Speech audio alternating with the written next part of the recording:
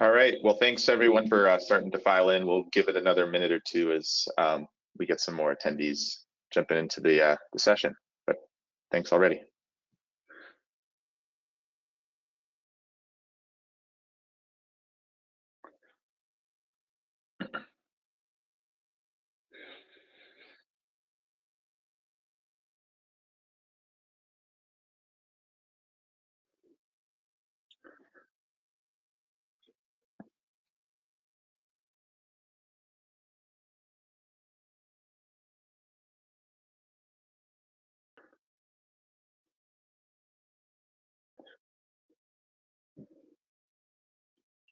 We'll just give it one more minute here.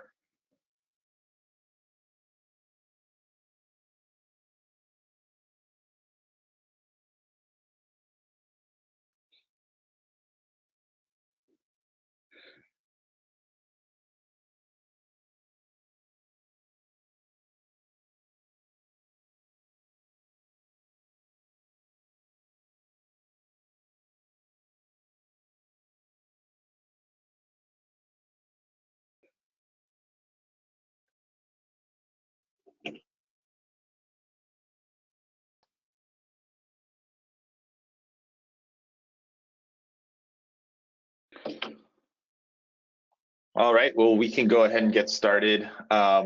Thanks everyone for jumping in and attending the webinar. My name is Kevin Strand, here from Setra to talk to you today about our ultra high purity pressure transducers and vacuum manometers.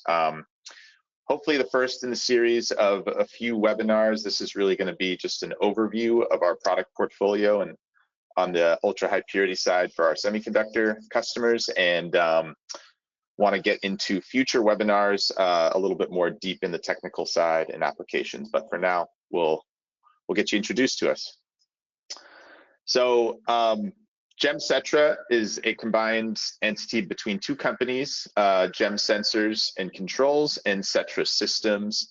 You can see our two facilities here pictured above, but we're all about making sensors. We design and manufacture reliable, innovative sensing and monitoring technologies, all about delivering solutions to customer problems and challenges. So our vision as a company is to connect our customers to their environment to create a safer, healthier, more sustainable world through our sensing solutions. We're a global company. We've got locations all across the world. Our headquarters are centralized in the northeast of the United States in Boxborough, Massachusetts, where Setra Systems is located, and Gem Sensors located in Plainville, Connecticut. We have offices in Brighton and Newton Aycliffe in the UK, and we have both manufacturing, design, and customer service in Asia in our Tianjin, China, and Shanghai, China offices. And we also have an engineering hub in Bangalore, India. So the green circles here signify where our products are manufactured across all of our brands. The blue circles signify our engineering and R&D centers, and then the gray circles are the customer service. So our technical sales teams are located all over the world, partnering with channel partners across the world, and our engineering, like I said, resides on 3 continents to make sure we can meet local and regional needs as well. So today I already did our company overview. I'll give a quick introduction to myself, talk a little bit about the semiconductor industry challenge and how our products can help meet that challenge. A brief overview of where our products fit in the semiconductor workflow. Some application highlights, kind of a double click in on that semiconductor workflow, and then talk a little bit about our certifications and benefits of our products, and then end with a live Q&A. So once again, thanks everyone for showing up today. My name is Kevin Strand. I'm the global product manager for our UHP and vacuum pressure products. Please feel free to reach out to me after this webinar. My email is pictured below, kevin.strand@setra.com. All right, so ultra high purity. These products are mostly sold into the semiconductor industry because in order to create chips and semiconductor circuits and integrated circuits, semiconductor wafer fabs, or the place where semiconductors are manufactured, they require complete corrosive or control of corrosive gases for really important steps in the manufacturing process. An advanced manufacturing process for semiconductors requires absolute complete repeatability and measurement integrity, which is critical for maintaining performance, quality, and yields. Consistency is key for global fabs creating chips because these chips go everywhere from phones, computers, even your washing machine, to your cars, to aerospace and defense systems, and into AI and data center chips in the recent future. So things must be consistent because performance is kind of a given for all of these technologies as the backbone of our sort of society today. But in order to make these chips and hold their integrity and make sure quality standards are met, there's a lot of small scale micro activity at certain stages that requires no contamination, no particle contamination, and make sure there are no leaks of the corrosive gases used in these processes. Most of the work is done in a clean room to ensure that there are no defects or contaminations to the chip creation process, but also to ensure that safety is met in these high performance environments through no corrosive gas leaks. And then for our next gen chip design demands, we're seeing more and more higher concentrations of corrosive gases for advanced nodes and smaller chip sizes, which further requires the ultra high purity standards to be met. So why do processes require this ultra high purity? I kind of touched on this in the last slide, but UHP, ultra high purity, means zero contamination, which is critical for the semiconductor industry. These purity standards are very stringent. They apply across the entire value chain of the semiconductor manufacturing, and they apply to everything from small components like our pressure sensors to the gas storage infrastructure, the pipes, the valves, the tubing, and the equipment that actually does the processes themselves, the vacuum chambers and the clean rooms that this equipment is located within the fabs. Like I said before, zero contamination along any part of this value chain is critical in order to prevent defects and ensure that process integrity for all of the chip makers at the top of the value chain. Safety and reliability is key, not just making sure, again, the output of the wafer fab is correct, but also that the corrosive gases are contained and that we're not having any leaks causing hazardous conditions. So if you're to use a non-UHP pressure sensor, the sensor could corrode relatively quickly, causing incorrect readings and increase that risk of leaks of the corrosive gases. So as a line card overview, we have 4 different main models of our ultra high purity pressure transducers and our vacuum capacitance manometer. So we have our model 225, 223, 224, and 227, which is on our UHP pressure transducer side, and then our model 730 on the vacuum side of the house. All UHP and vacuum products are developed with our patented variable capacitance sensing technologies. And for the UHP products, all of the wetted paths are constructed with our 316L stainless steel, which adheres to the rigid semiconductor standards. Our model 730 also adheres to those standards, but it's created out of a nickel alloy, welded specifically in a certain way with the Inconel nickel alloy to ensure no corrosion from higher concentration of corrosive gases and make sure that the vacuum chambers used in the semiconductor manufacturing process are incredibly safe and secure, which is why there's a higher grade alloy needed for those products as well. So UHP products are offered either dead-ended or flow-through base models. So our flow-through ones are our model 223 and 224. Dead-ended are the 225 and 227. But all of these products are highly configurable based on pressure needs, pressure ranges, electrical connections, pressure fittings as well. Same applies to the Model 730, but there's our Model 730 is really known for its high stability, its high repeatability, reliability, and low noise due to that nickel alloy construction as well. So we have some additional accessories that go along with our UHP pressure transducers. We have our display modules, our Model 328 and Model 330, which can be used in conjunction with our UHP pressure transducers for on transducer readings without having to connect to an external system. These are also configurable with electrical connections and pressure ranges as well.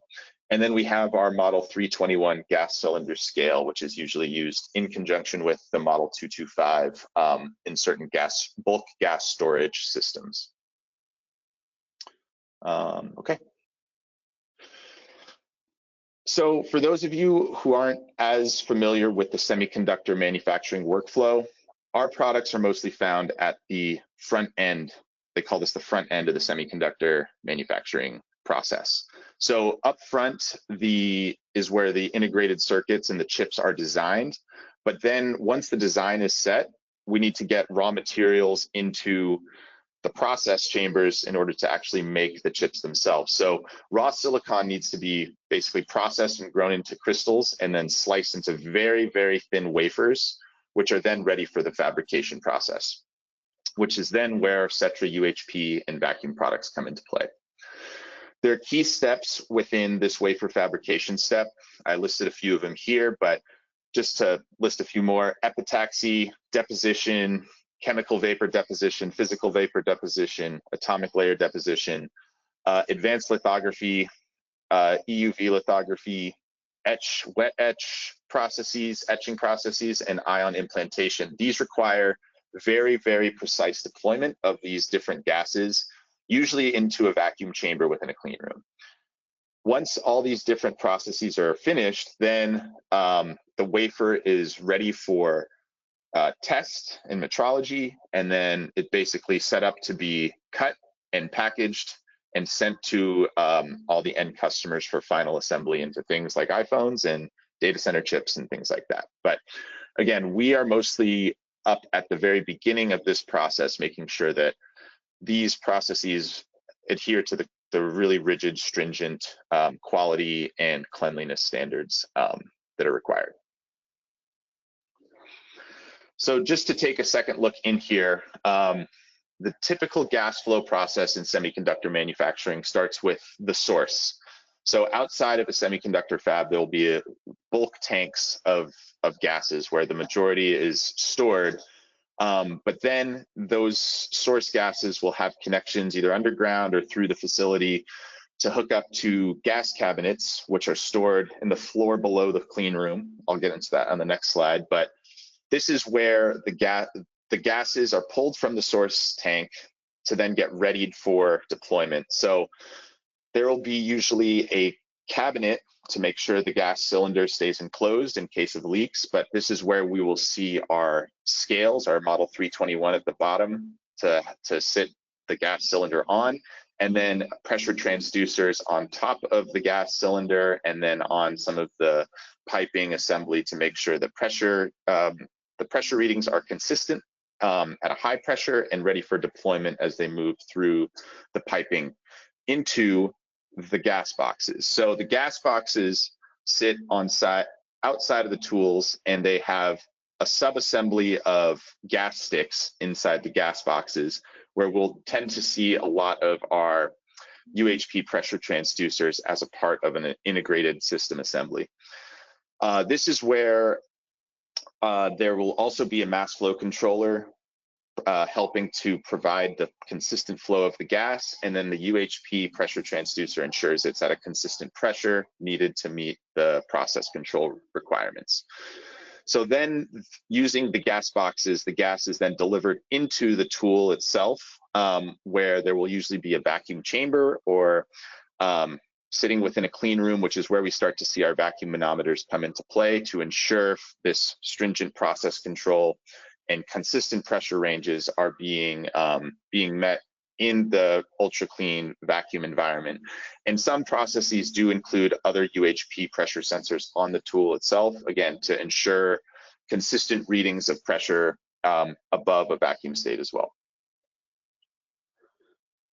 So here's another view just of how our products fit in these different stages within the clean room and the fab itself. So there's some other things in here, but I'll start with the sub-fab, the clean room itself, where we have a lot of the process tools like the etching, the deposition, the lithography tools. Like I said, this is where we will see a lot of vacuum manometers, UHP pressure transducers, and then on the gas sticks that sit outside of the tool, that's where we see the UHP pressure transducers themselves too.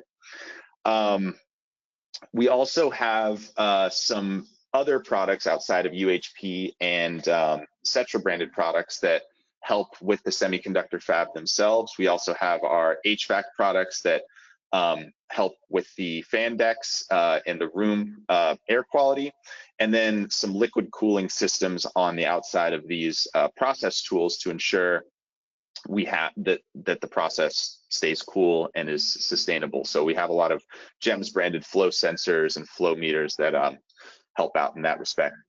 But then looking at the sub-fab, this is where those gas cabinets and the gas supplies exist. They exist right below and will help the gas travel up to the gas sticks for deployment.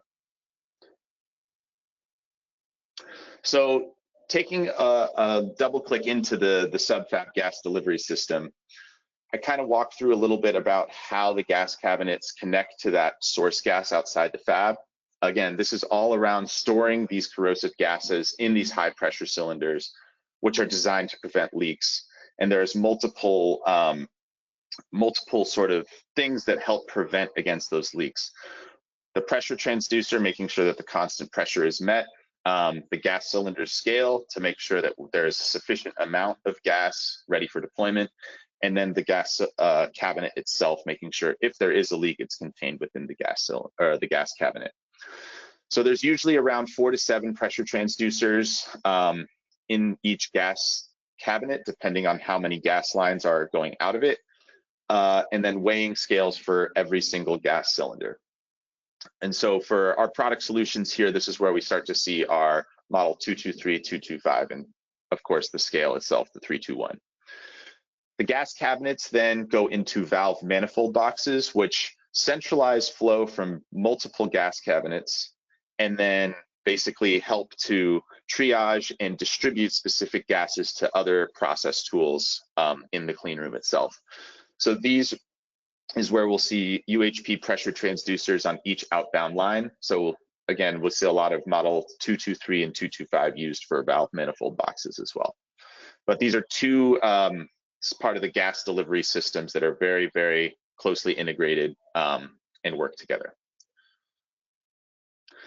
All right, I talked a little bit about the gas boxes and sticks, but this is all around gas flow regulation, which are connected to the, these gas boxes are connected to the valve manifold box. Again, these help to regulate the gas flow for these processing tools.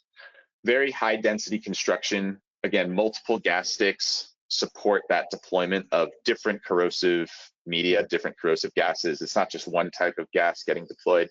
There's a lot of different ones that all need to be centralized and then distributed. Our model 227 is designed specifically for the gas boxes application due to the C-seal down mount, which you can see here, this sort of square bottom to it. It's designed to fit exactly in line with the rest of these apparatus in the integrated gas stick. So yeah, our model 227 is designed specifically for this. Okay, as I mentioned before, on the tool, the process tool itself, this is where we start to see the vacuum and process control. The key processes that have these vacuum chambers, again, in the deposition space, that's looking at our CVD, chemical vapor deposition, ALD, atomic layer deposition, and the epitaxy processes. And then etching, ion implantation, lithography, all these require vacuum chambers to be maintained. So our manometers come in to make sure that the vacuum chamber integrity is held, but also to make sure that when gases are deployed, that process is controlled at a consistent measurement, usually in the low torr pressure ranges. So these can be used also alongside UHP components for corrosive gas delivery measurement, but this is really where both our UHP and vacuum products come together to provide that solution to our end customers. So because these are used in ultra high purity environments and clean rooms in the semiconductor fab, we take the same amount of care and process control when we build these pressure sensors ourselves. So all UHP and vacuum products are manufactured in our clean room in Boxborough, Massachusetts. We have a 700 square foot class or ISO class 100 clean room, which is dedicated to our UHP products. And then we have a 2,000 square foot class ISO 1000 clean room for our vacuum product manufacturing and testing.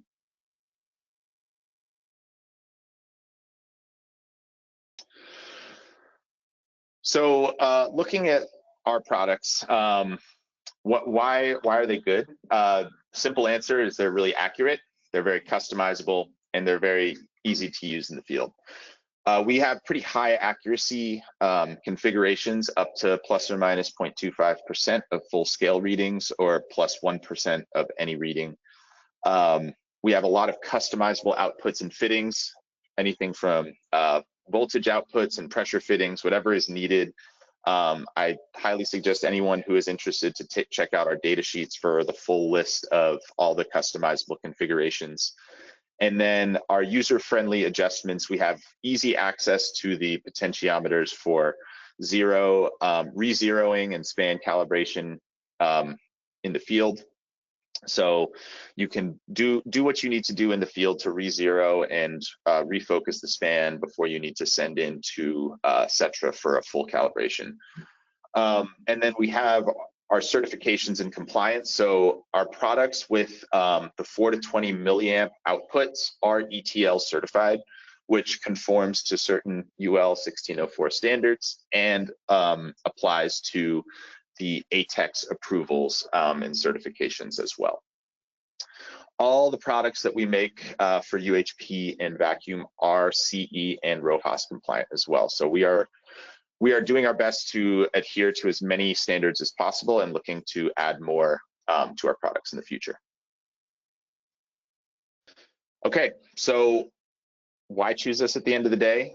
We've been working in the semiconductor industry for more than 20 years. We're trusted by semiconductor tool makers, gas supply system manufacturers, and other players within the semiconductor industry as well.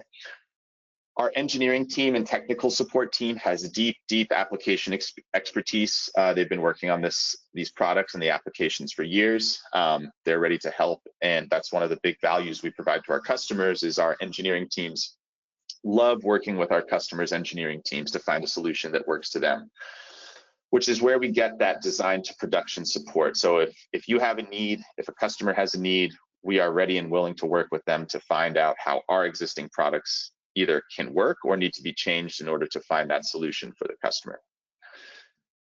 And like I said, with ultra high purity, you need to be reliable, you need to be customizable, you need to be compact.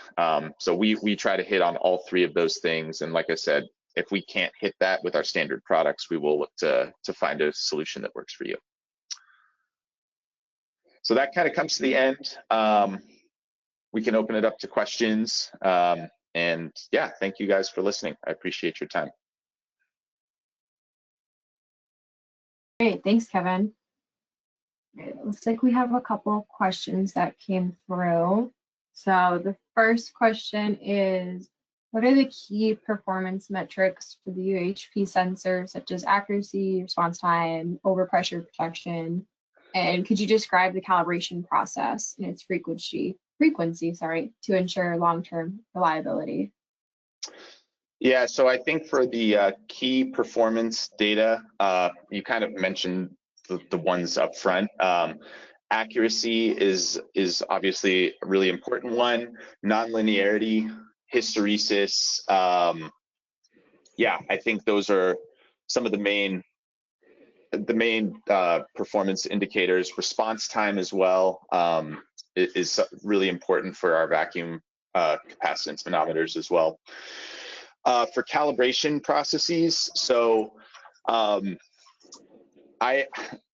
don't know the exact calibration process that our engineering and our operations team does, but I know it's completed against the standard that we have developed in-house, and it includes a full adjustment back to factory standard specifications. But in the field, like I said, there's access to the potentiometers to re-zero the products and recalibrate on the span, so the full spec of the pressure range. So if you have a 250 psi pressure gauge unit, the span will help you recalibrate at that max pressure. So yeah, I hope that helps answer.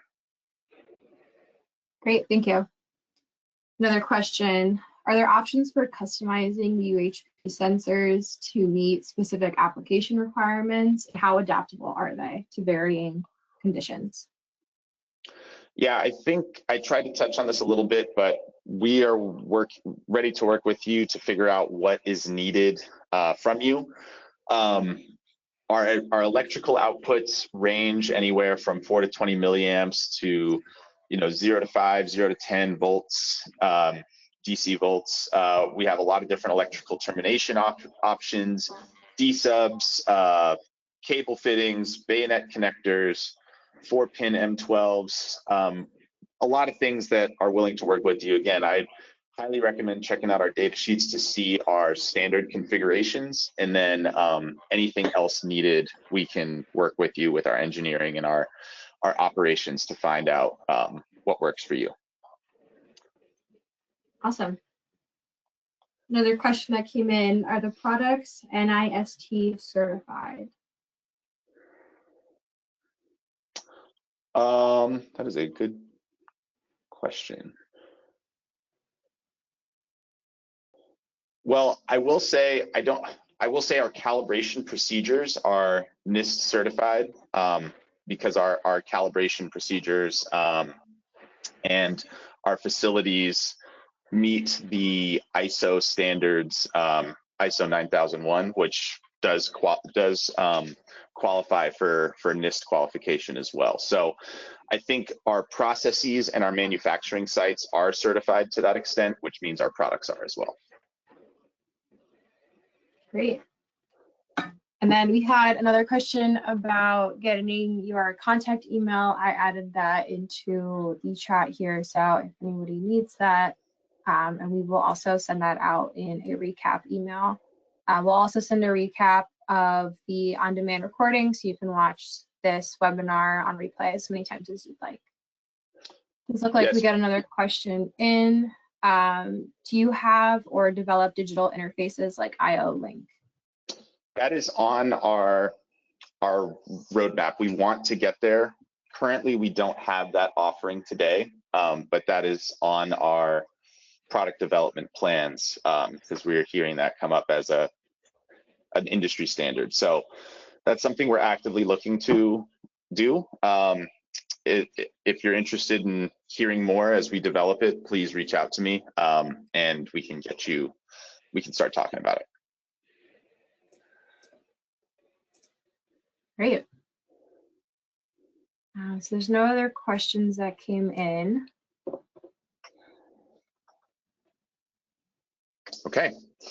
Well, as our moderator said, this webinar is recorded, so please feel free to rewatch it. But hope you guys liked it, and we'll tune into the next installment when we do a little bit more technical deep dives into some of the applications. But thanks again for signing in, and have a great day.